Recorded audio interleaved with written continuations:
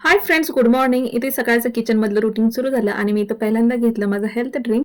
तो हळद आणि पाण्याचा मॅजिक पावडरचा ट्रेंडिंग व्हिडिओ इतके वेळा बघून ना आजकाल हे माझं सुद्धा असं होत चाललंय. पाण्यामध्ये वरून कोणतीही पावडर मिक्स करा, आपोआप मेंदूमध्ये ओम शांती ओमचं मयागर कवचं म्युझिक प्ले होतं. इथे लगेच टिफिनची तयारी करायला सुरुवात केली. चपातीचं पीठ मळून घेतलं आणि कालच पाहिलेलं 30+ मॉम स्मार्ट मॉमच्या व्हिडिओमधली एक टिप्स आठवली. आणि त्या 30+ मॉमच्या व्हिडिओमधील सर्वच गृहिणीसाठी असली ती स्मार्ट टिप म्हणजे जेव्हा आपण चपातीचं पीठ मळतो तेव्हा पीठ मळून झाल्यावर हात लगेच तसेच न धुता हातावर अगदी थोडे चपातीचे कोरडे पीठ घेऊन संपूर्ण हाताला रब करावे, चोळावे आणि हात स्वच्छ करायचे. म्हणजे हातावरचा टॅनिंग, काळेपणा निघून जातो. इकडे हाताबरोबर फ्लॉवरच्या भाजीमध्ये सुद्धा मीठ घालून रब करून तिला सुद्धा स्वच्छ करून घेतले आणि गोड शिरा बनवण्यासाठी इथे भाजून घेतला रवा.